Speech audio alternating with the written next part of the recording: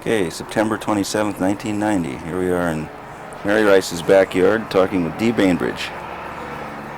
Dee, are you born and raised here? Yes. I was...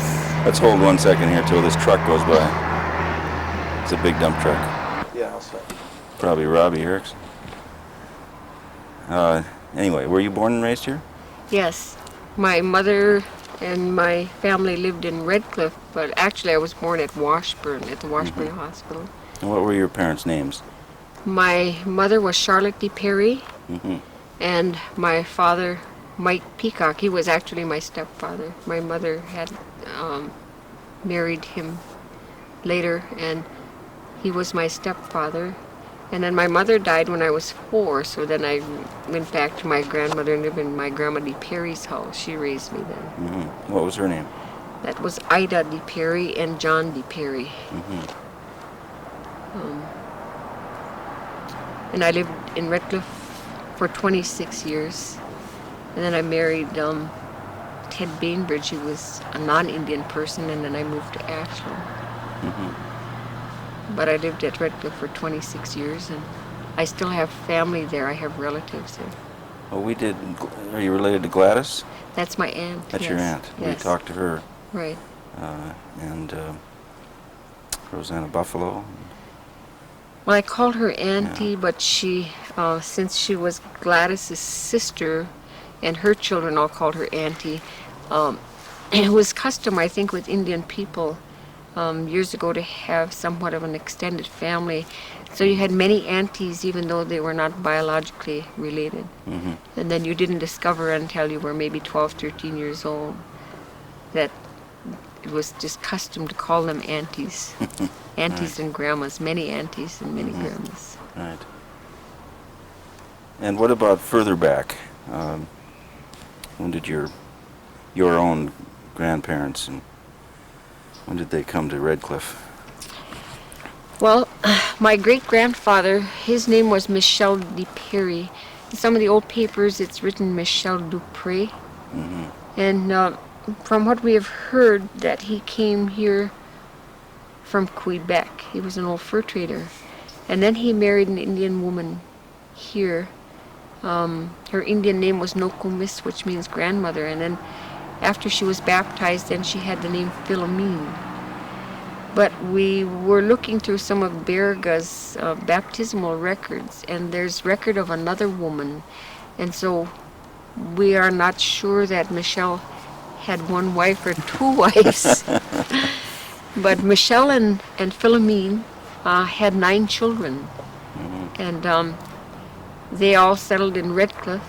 And 3 of them then eventually went back to Canada, and they lived in Canada. We had 2 aunts that lived at Fort William in Canada, which is now called Thunder Bay. And a brother of my grandfather's, who was named William, he lived in a place called Long Lac. And they didn't stay at Long Lac all the time, but that was one of the homes that they had. And so we had relatives there. And my grandfather went to Canada on several occasions. My grandmother also went there. I didn't ever go to Canada. I don't know whether I chose not to go. But my oldest daughter had a chance to go to Canada with my grandmother on one occasion. They visited relatives there. And the other relatives then, of course, stayed in Bayfield or in Redcliffe. According to my, there was an obituary in the Bayfield Press when my great-grandfather, Michel Dee Perry, died. He was associated with some kind of street ordinance here in Bayfield. Street overseer, I think is what they called him. And so he was involved here in Bayfield as well as in Redcliffe. And no, he died, I think, in 1925, and I wasn't born until 1931, so I didn't know him. I only had heard of him. And then my grandfather, of course, talked about him all the time. What did he tell about? What kind of a man was he? He evidently was pretty indulgent with his children and treated them, pretty well. And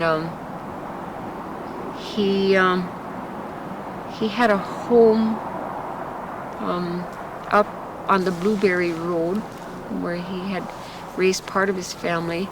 And then I was raised at home right across from the old housing in what we call downtown Redcliffe, near the administration building. And my grandfather had bought that home. We don't know exactly how. You've heard of Checkerboard Reservation, where some of that property out there had been bought and sold, and some is tribal status that can't be sold. Well, he acquired the property there where we lived on the reservation. And then my grandmother and I then stayed there. And then, of course, my grandfather was just a woodsman, and he fished. And when my grandfather died, then my grandmother didn't have income, so she signed an agreement with the county that she could live in that home as long as she lived, and then the county then would take that property then when she died. And that had happened, so someone else then bought the house for back taxes. And then they tore it down, but the land was still there, and then they let it go for back taxes. Now it's back in the family name because Merle Dee Perry then has since acquired it. Oh, is that right? So, oh, good. So it's back again. And that's right in Redcliffe. And some of the people in Canada, our relatives there, know more about old Michelle's background actually than I do. We always had good intentions of going there to check it out, but we haven't been there yet so far. That's something you should do. Yeah. But he was a fur trapper. And in the book that is published, and it's sold over at the Park Service, it's called Chequamegon Bay Area. And the author is Holshooter, and the grandfather's picture is in there. Oh. It said that he was one of the witnesses at the 1854 treaty. Is that right? That he went to Madeleine and they took his picture, so they had those published in this little book. So you have deep roots here. Yes. And what about your stepfather? What did he do? Michael Peacock was a fisherman. He fished for the Myers brothers here in town. Not Kenny, but there was a couple other Myers. I can't remember his name right at the moment, but he fished for the Myers brothers. And his home was right across the field. And I told you I stayed with my grandmother. Right. And he had 2 sons from a previous marriage, so he raised them in his home. And then I stayed with my grandmother. Right. And he was from Redcliffe. Had lived there all his life, was born and raised there. And fishing was the only industry, I guess, that he was involved in. Of course, in the spring, when pulping, when they cut pulp, a lot of Indian people would go to peel pulp. And then sometimes my stepfather would be involved in peeling pulp in the spring. It lasted for maybe a month or 6 weeks. And then the peeling season was over. And then people then would go back to their other jobs. It would be just like herring fishing. When the herring come in, everybody dropped everything and ran down to pick herring. Yeah. And then when that was over, then you would resort back to your other jobs. Yeah. Did you ever work in the herring? Yes, I did. Often? Sure, regularly. Yeah. It seemed like many people we've talked to are down there picking herring. Yes. Well, Heavenly Days, they were paying $1 an hour, and that was a fantastic amount of money. And it was just before Christmas. You know, the spawning season for herring was right in November, so you could, earn enough money for your Christmas. Right. I attended school on the reservation at the mission school. We had the St. Francis Indian Mission School. And then I graduated from there in 8th grade. Then we came to the Bayfield Public School. And then I graduated there in I was going to say 1849, but it was 1949. Right. And we didn't have buses that bus students at that time. We rode in a private car. This man had a contract to bus us to school, but he used his own car. And we came to school. And then I went to Northland for a while, but I didn't complete my studies there. I still have hopes of going back when I win the lottery or whatever happens. Right. And what year did your mother die? In 1935, And what was the cause? she died in childbirth. She did. At that time, Indian people weren't given any health services at local hospitals or with local doctors, and they had to go to a place in Hayward, Wisconsin, an Indian hospital. Long ways away. Yes, and people didn't have cars, and so sometimes it was kind of difficult to get to the Hayward Indian Hospital for your medical services, and it was kind of a difficult time for Indian people. People who didn't have any problems with their deliveries were serviced with midwives. We had midwives on the reservation.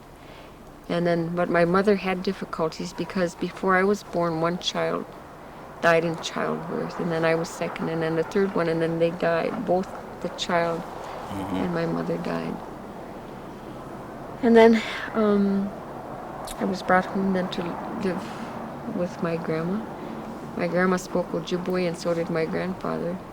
And so I learned the Ojibwe language from them, because I had to speak Ojibwe inside. And then when I went out to play, then I could speak English. Is that right? And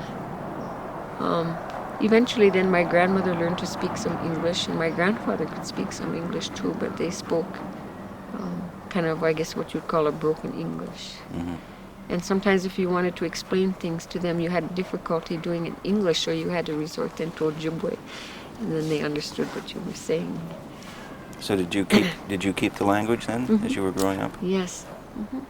My grandmother then, after I married and then moved to Ashland, my grandma was in her 70s, and at this time we were still pumping water out there, and we had the outside toilets, and we had to use wood for heat. And my grandmother was in her 70s, and she was pumping water and splitting wood, and then she got sick, and then of course she wasn't able to do these, so then she came and lived with me until she passed away then.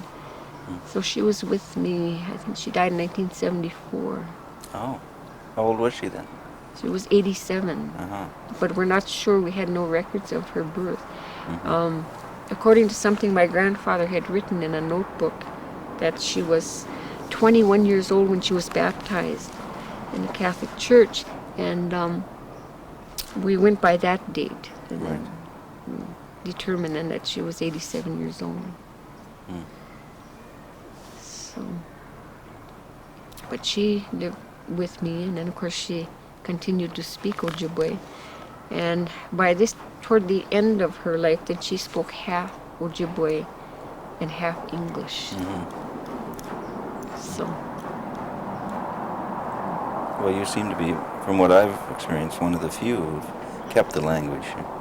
There's some younger ones learning it again now, right? I have a class at school, but you do?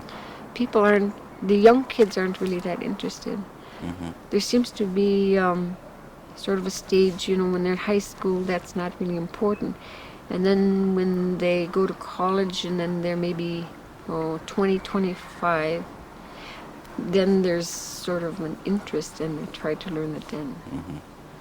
So I do have a class at Northland, an Ojibwe language class, and there are 30 students in it. Is that at right? the moment, yeah. About 5 of them are Native American, and the other ones are non-Indian. And of course they have, some of them are majoring in anthropology, and they need a certain minority subject, so that kind of fills that requirement. But they have a good time. They kind of enjoy, the expressions. Indian people are pretty expressive in their language. So we have an enjoyable time. Sammy Nawago knows quite a lot of the language, it seems. We had Sammy come to the school the other day. I have an Indian history class here at Bayfield School, and we were talking about the fur trade. And of course, that lasted for 200 years, and Indian people were involved in the fur trade. And most of our ancestors were fur traders that came down from, Quebec or from France. And he's one of the only people left that still continues to trap.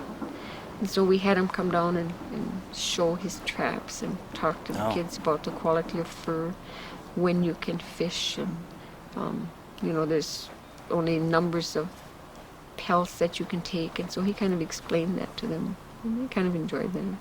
He's a pretty traditional person. Mm-hmm. He still traps, and he fishes, and he makes maple syrup, and he harvests rice. So I like to have him come and talk, to the students, so they can meet a somewhat traditional Indian person. Yes. Well, it's good that they have that exposure. Mm-hmm. Well, what are your memories of Red Cliff when you were growing up as a child? What was Well, what was it like there? I had a pretty happy childhood, I thought. We went to school. I lived a block from Lake Superior, and of course, as soon as it was warm in the spring, we were down there swimming. Mm-hmm. You evidently get acculturated to that cold water because, that cold didn't really bother anybody. The water was very clear. You could throw a dime in off the dock, and you could see it. So we used to dive in to get dimes. Sometimes there'd be people, probably tourists, who would come down and watch what was going on, and then they'd throw dimes and nickels in, and we could dive down and get Oh. And all summer long we were pretty busy with harvesting the berries. The farmers had, they started with like strawberries, raspberries right through the season, and then they would bring a big truck down to Red Cliff, and we were like migrant workers. I guess we would pile on to the truck, and everybody would go to the berry field and pick berries all day.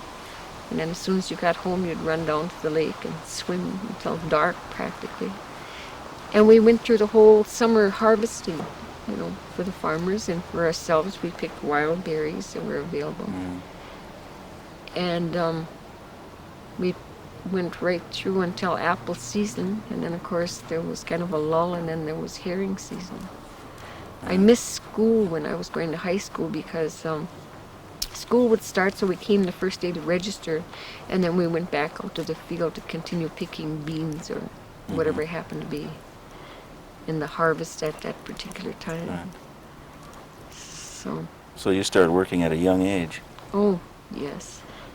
Then I went to Minneapolis to work a summer when I was 16. And oh, what a drastic change. I thought, no, this is not for me.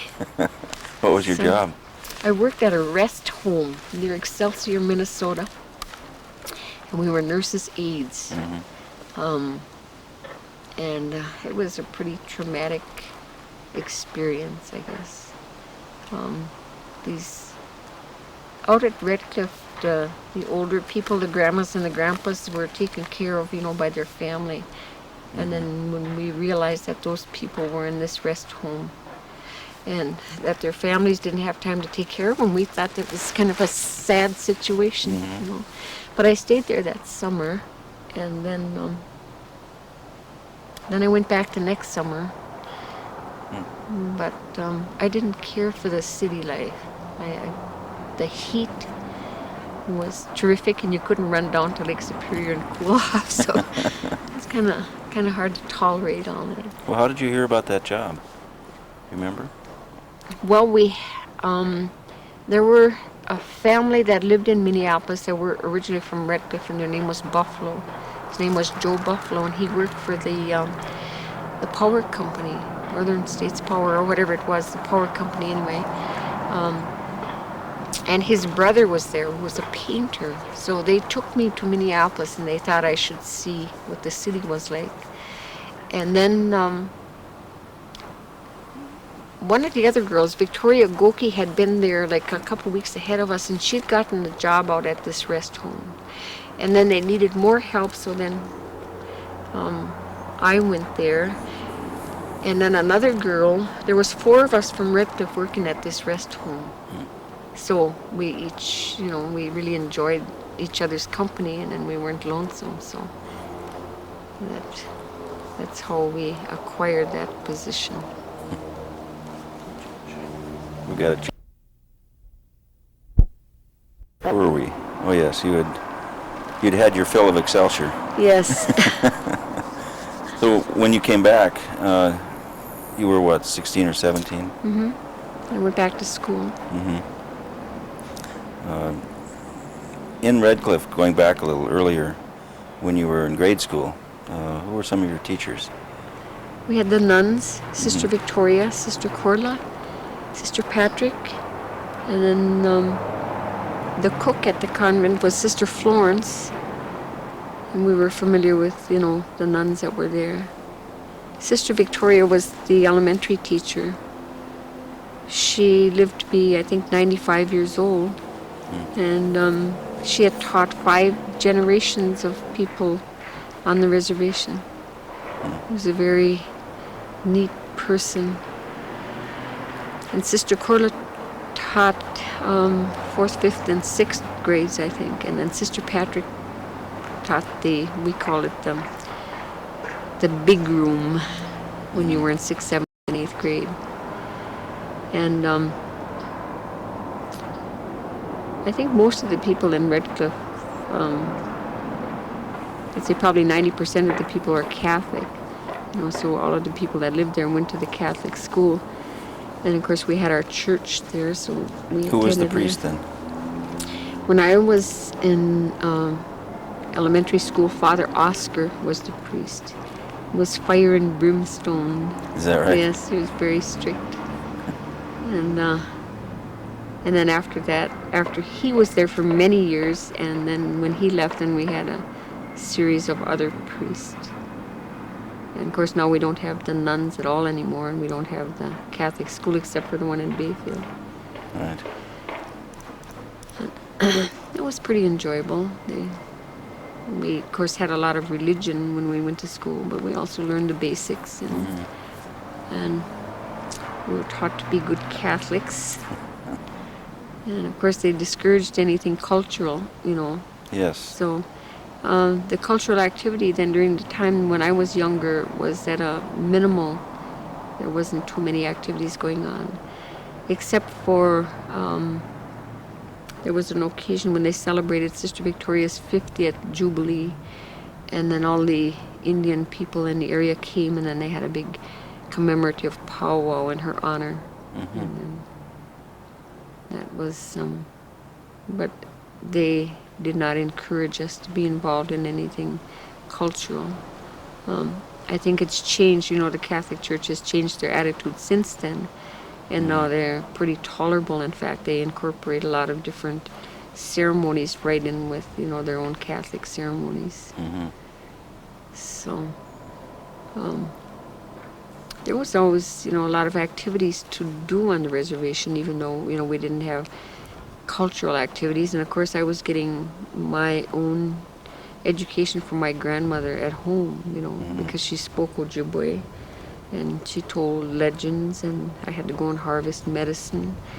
We used, herbal medicine, and so I had to go with her, even though I wasn't too happy about that. A lot of time I wanted to stay with everybody else, but then we would go and get our herbs and then come home, and I was kept pretty occupied. There wasn't, I can't say that I was bored. We didn't have television, and in fact my grandmother didn't have electricity until, I think after I went to work when I was 20, then I had electricity installed in the house. But there were a lot of things to do. We burnt wood, so of course I had to be a wood splitter. I could split wood. We had to haul water, so you were busy doing those kind of chores. We had a garden, so we had to tend the garden. And, there were just too many things to do. So, you didn't miss television or movies or whatever. Right. And if we did wanted to come to the movie, we walked 3 miles to Bayfield to see the movie, and then you walked 3 miles home. Well, that wasn't really all too exciting. Although the movies were enjoyable, I would say. Were there other kids in the household? No, I was You were the raised only alone. one.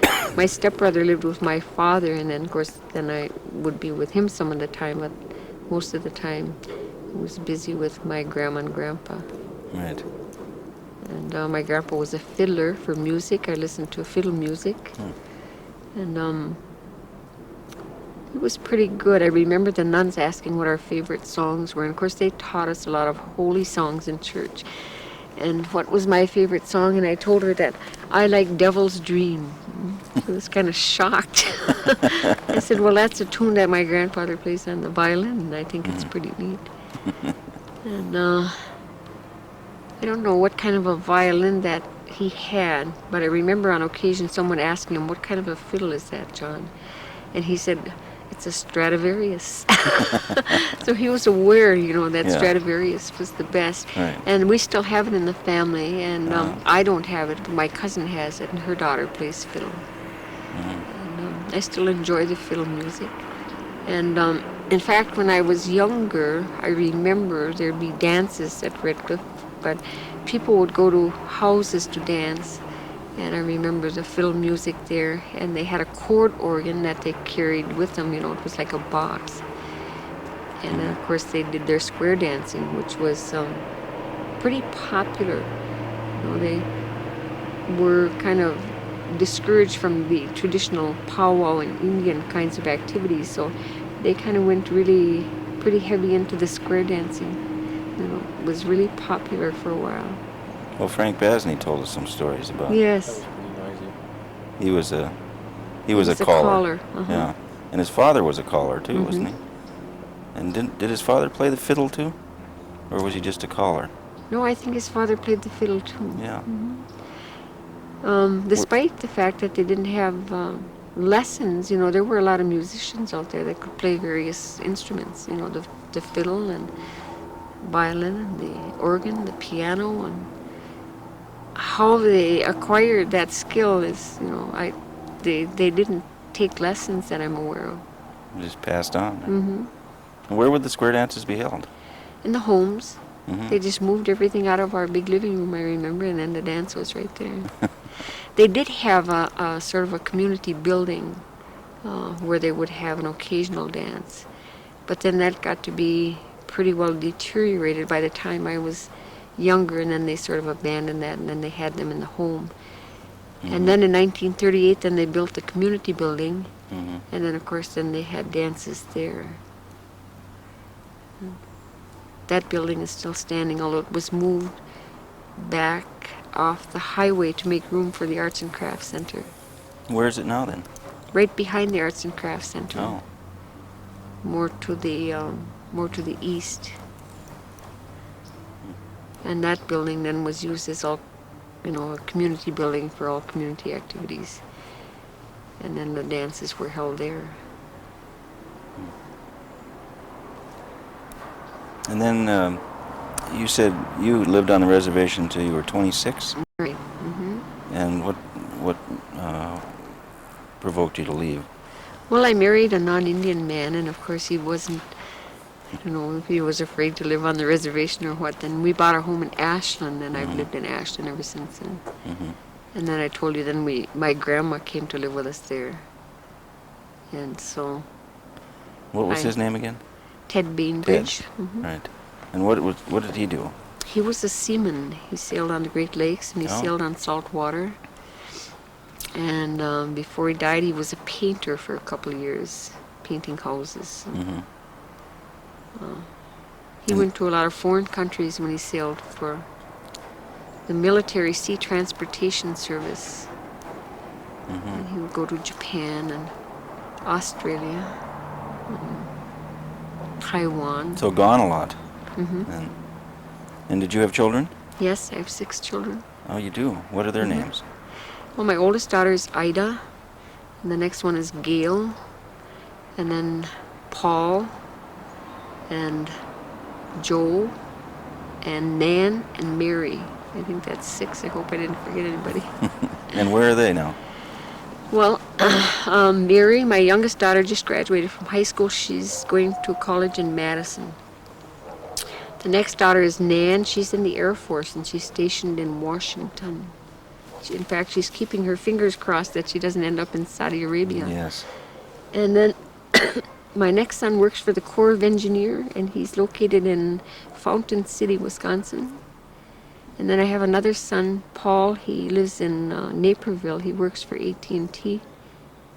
And then I have a daughter that lives in Ashland, and she works at the Shawamigan Clinic.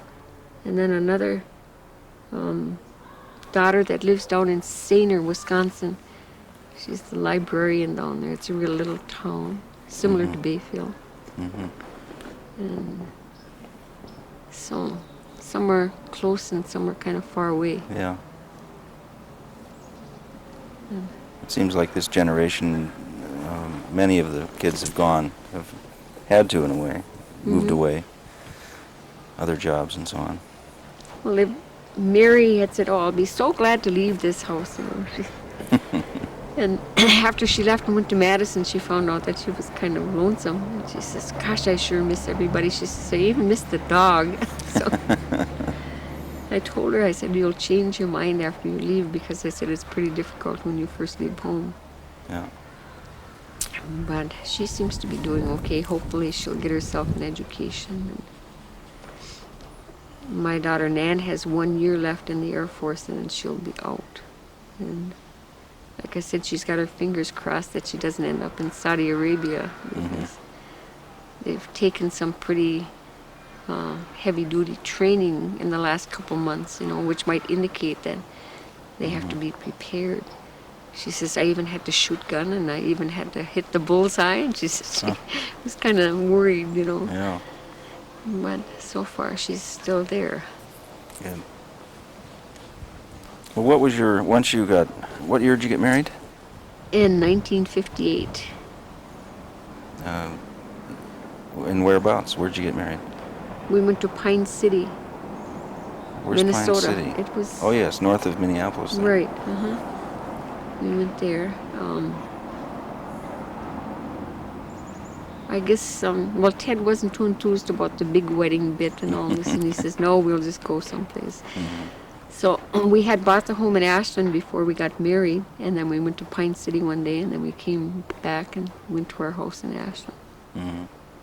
And stayed there ever since then, I guess. Now, did you work in those years, Yes, I did. aside from raising 6 children?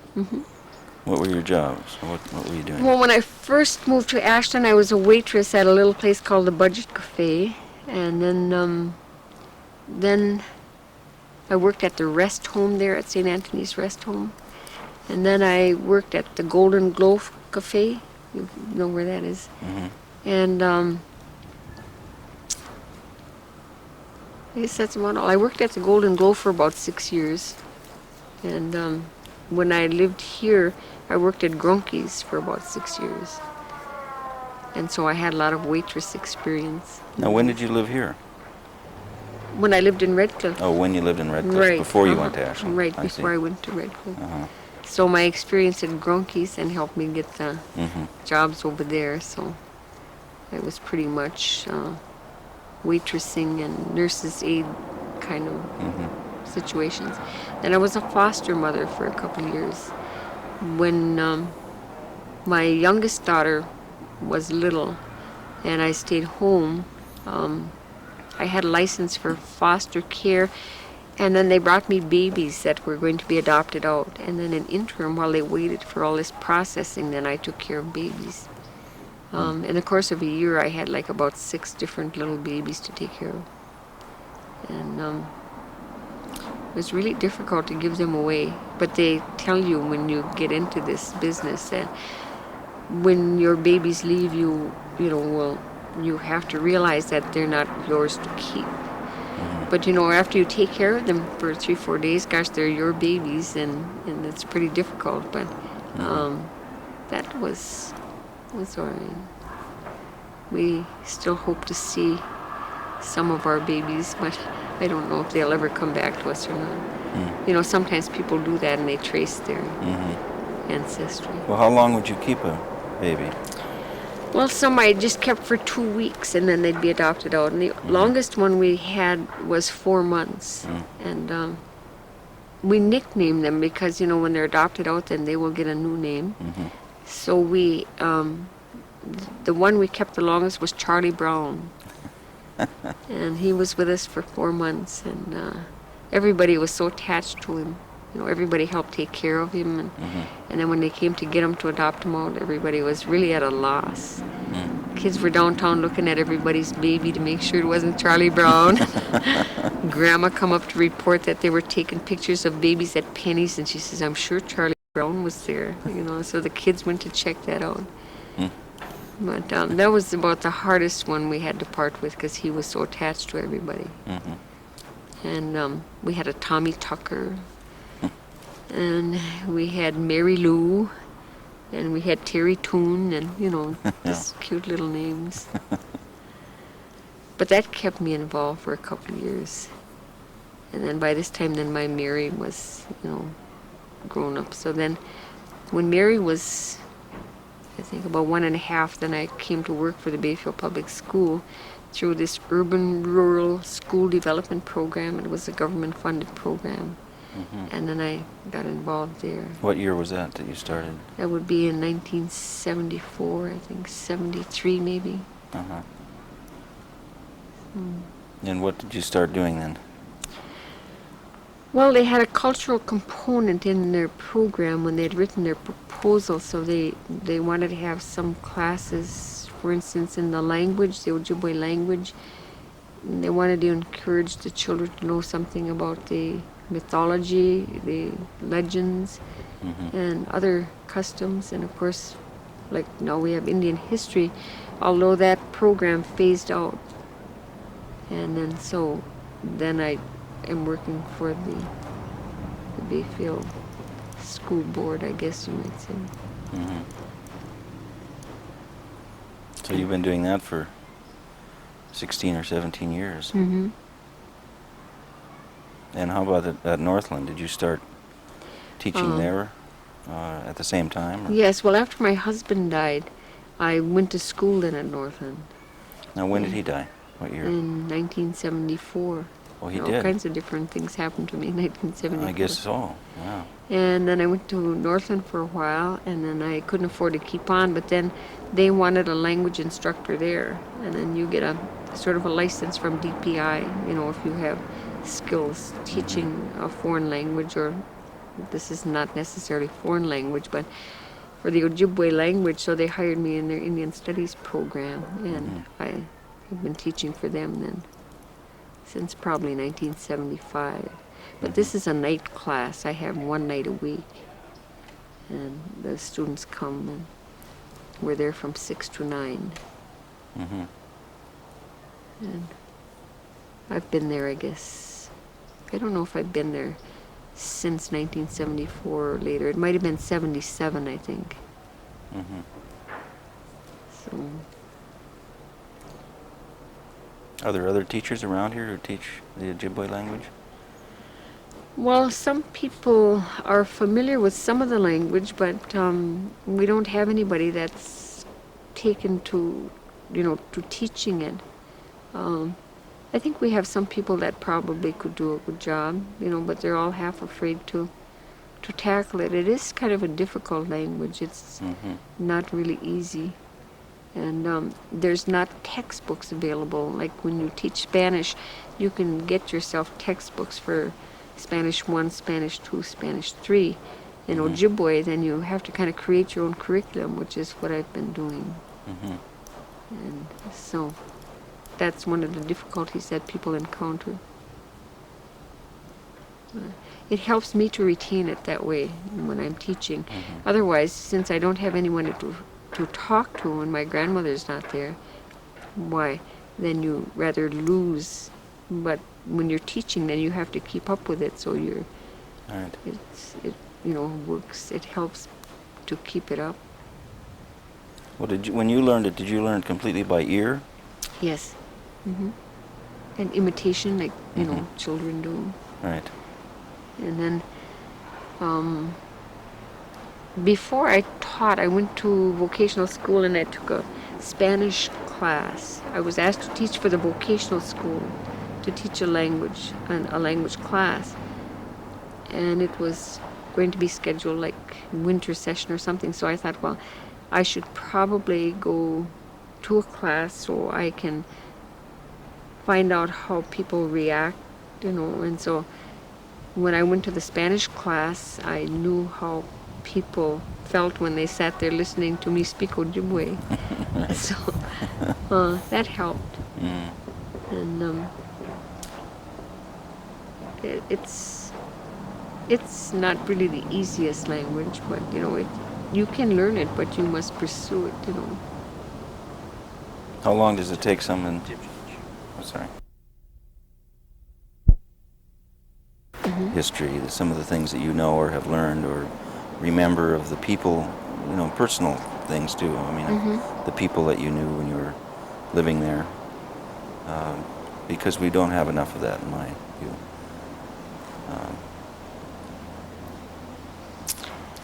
Well, I'm familiar with the Buffalo family, and of course you know that they're descendants of the Chief Buffalo that signed the treaty in 1854. And when I was little, there was a big home right on the reservation that belonged to the last acting chief of the Buffaloes. His name was Shishib, which means duck in Indian. Mm-hmm. And I used to go with my friend there. Martin Buffalo was the son of Shishib, and he lived in this big house. And it was a beautiful home. I think there were 7 bedrooms in there. There was a parlor, there was a mahogany staircase, there was a big bay window. And of course, this 2 little people really enjoyed wandering through this big house. In fact, that house even had running water. But of course, when I was little by that time, the house was a little older already, so the faucets didn't work properly. But during the lumber days, when the Red Cliff Lumber Company was situated there, that home had running water. Mm-hmm. And gosh, there was beautiful furniture in there. There was a big round oak table, we remembered, and a matching buffet. Everything was pretty impressive, and there were wall hangings in this parlor, the velvet kind of things. And I suppose since the chief was, the highest authority there, and he had to associate with commissioners and different people who dealt with Indian people, he went into the mercantile business and had a big store there, right where the housing is located.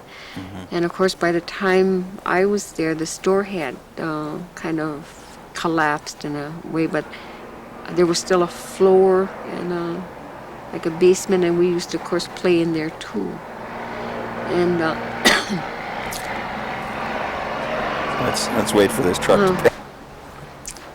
But that store was not in business, so to speak, when I was little, but the building was there. And like I said, it had collapsed, but parts of it were standing. So we played around the debris for a while, and then eventually that was cleaned up. And Antwine Buffalo, another son of Shishi, lived there. In fact, his house is still standing. It's where Joey Duffy lives. Mm-hmm. And then Susan Gurno, who was another, a daughter of Shishib, she lived there. Her grandson is Dick Gurno, who was tribal chairman. And the Buffaloes I told you that took me to Minneapolis, Joe and Antwine, were also members of this royal family, so to speak, because they were descendants of the chief. Mm-hmm. But of course, he didn't really have authority. He was sort of a figurehead. And then in 1934, the government passed legislation called the Indian Reorganization Act. And then they decided that the tribes or the bands, the villages, should have their own tribal governments. And so we started having tribal elections, and then our leaders then were tribal chairmen. Mm-hmm. And the first tribal chairman then on the reservation was Martin Buffalo, this person who lived in the Buffalo house. I was always impressed with that building, and I thought they should have preserved it, but they didn't. That was tore down, and then that's where the tribal administration building is. Mm-hmm. They had a beautiful driveway with big Lombardy popples growing up both sides of the driveway, many flowers in the yard. For being the home of an Indian chief, that was pretty well up there, I thought. Yeah. It was impressive. Oh, it's a shame it wasn't preserved. Mm-hmm. Well, I guess we didn't realize the value. Of course, I wasn't there at the time that it was tore down either. Yeah. But when I think today of what grandeur there was there, I thought, gee, that should have been preserved. Hardwood floors. It was just had everything, imaginable. And I had an uncle that lived there, John Sawyer. He was I called him uncle, and I don't know how we're related, but he called my grandfather Uncle John. Then I called him uncle. He was another descendant of this Michel de Perry. They were all pretty active and enthused about this new tribal organization called Tribal Council in earlier days. This would have been 1938, 39, 40. And they wanted to get things off the road, Alec Croy was there. He was very active. Alec Croy had attended Carlisle School when Jim Thorpe was there. I'm sure you're familiar that Jim Thorpe won the Olympics. He was a famous Indian person. And Carlisle is located in Pennsylvania, but a lot of Indian people were attending these government BIA schools during that era. And Alec Croy and George Gurno, there were 3 or 4 from Redcliffe who attended Carlisle. And then eventually, I think Carlisle might have been discontinued for a while, and then in my generation, my friends went to Flandreau, South Dakota, which was another BIA-run school. The government was pretty insistent that Indian people get an education, a white man's education rather than, being educated to learn cultural kinds of things. So the Flandreau, South Dakota school was utilized. And then for one of my friend's mother ended up at the Pure Air Sanitarium here at Bayfield. And they had another elementary school, and that was in Pipestone, Minnesota. And that's where children who were in the elementary school would go there. And a lot of the people would go to Haskell. Haskell, I'm not even sure where it is. It's another BIA school. And there were people who attended Haskell. And that's in Lawrence, Kansas. In fact, now that's sort of being revived, and a lot of Indian students are going to Haskell again. And then there were, in my class, I think there were 7 of us started out from maybe even more than 7 that came to Bayfield Public School, but I think then only 4 of us graduated. Our dropout rate was pretty high. Yeah. We had a lot of people went into service. The Indian people were pretty patriotic, and I've always admired that. I remember during the Second World War when we'd go to different houses, there used to be a little flag hanging in your window if anybody in your family was in the service, and it had a little star on it. And I remember when I went to Sam Nawago's house, and I called his mother Auntie Susan, and she had a flag in her window with 4 stars on it. I was very impressed and very proud of that patriotism. And we'd heard stories too that in 1918 in the First World War we had a lot of First World War veterans. And then when I came to realize that in 1918 we were not considered citizens of the United States yet, that I thought that was really being patriotic, to volunteer your services. And they didn't declare us citizens until 1924. So when there are gatherings and they have the veterans, there's always a real strong patriotic sense of duty there.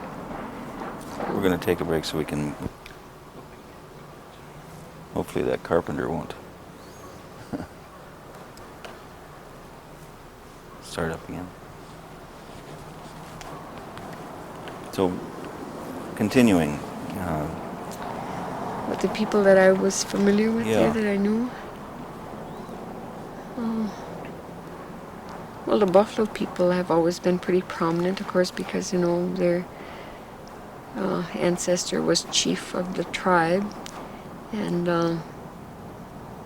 now we have Patsy Ruth is our tribal chairman there. We have women in politics. Victoria Goki and I lived close neighbors when we grew up. And look at some of the other people that are there. What about events that stand out at Red Cliff? You had mentioned that there was a big powwow. Mm-hmm. But do you remember some special times? We have our annual powwow, of course. That's generally around Labor Day, and that has been going on for some time now, since we're back in practice, I guess you might say. Prior to that, we would have an occasional powwow, like on the occasion of this nun's 50th Jubilee. And then they had a centennial in 1954 to commemorate that 1854 treaty. And that was a big powwow, and there was a lot of exhibition dancing. And people were doing the hoop dance and horse dance and the kinds of dances that you see for exhibition that are, really outstanding. As we have commemoration of the Arts and Crafts Center. That was a gigantic big celebration, the Buffalo Arts Center. When was that built? Oh gosh, that would have to be 25 years ago. I'm not sure of the exact date. Mm-hmm. Maybe less than that. What I'm used not to sure. stand in that? Well, where that building is located now, the community building was there on that Oh, corner. that's right. And then they moved it back to make room for this Buffalo Arts Center. And when they dedicated that, of course, then they had a 3-4 day celebration. A lot of exhibition dancing and a lot of different activities. Brought everybody together, and people from other reservations came to help celebrate. And it was pretty outstanding, I thought. We've, of course, our old church, the old St. Francis Church, burnt down, and they had a celebration when the new church was dedicated. But of course, that was more a religious kind of a ceremony than, the tribal ceremonies. Mm-hmm. And then a couple of years ago, we went to an ordination there where one of the men from Red Cliff was ordained to the Catholic priesthood, and that was pretty impressive, I thought. I don't remember much of anything else, I don't think. What used to be where the bingo, the lanes, that building sits? Well, that was just woods, just a wooded area, Mm-hmm. and then they cleared it out. And then across the road from the bingo hall was a home owned by George Gurnall that was built by the Red Cliff Lumber Company. When the lumber company was established there, which was before my time, but they tell us about the homes that were built by the lumber company for the people who worked for them. And that home stood across from the bingo hall there. And that has since been torn down, and they were intending to build another building there, but that didn't exactly get off the ground. There's a stream right behind, if you go over the hill behind the Red Cliff bingo hall. And my grandfather and I used to go fishing there every Friday and catch speckled trout. Catholics weren't supposed to eat meat on Friday. We were very diligent about that, so we'd go and fish for speckled trout and bring them home to have them for dinner. I often wonder if the stream is still there and if the fish are still biting. It would be rather tempting to go in. It was one of the activities that kept me busy in the summer was, to go upstream and fish, because I always enjoyed that. But there aren't too many of the older homes left there. since the federal housing came in. Of course, the older homes were substandard to begin with, so they just kind of disappeared. But Joey Duffy's home is one of the older homes that's still standing. Dick Gurnow's home, and Bill Gordon and the Rabideau home. Those are some of the original homes that were at Redcliffe.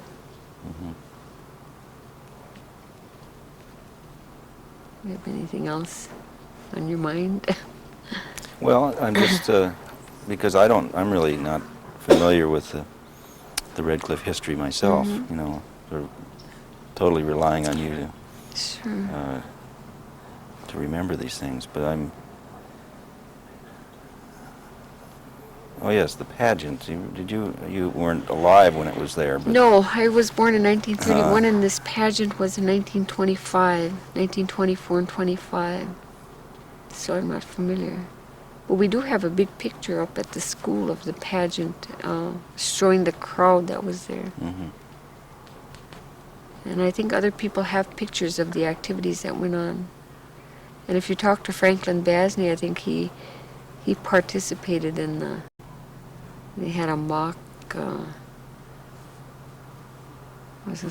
trial, mock massacre or something, I don't know, something pertaining to Indian history, from the Western style anyway. Western, yeah, exactly. Yes. But I wasn't there at the time of the pageant. Franklin Basney participated in it, and he would know a lot of things about it. Yeah, I think he did talk about it. We did speak with him. Well, anything else that we've missed along the line here? Gosh, I can't really think of anything. So I'll have to write you a note if I happen to think of anything that was that important. We'll bring you back for another Sure. little session. I have to get up. I think my time is about up as far as my furlough is up. Okay. Well, thank you, Dee. Well, thank you.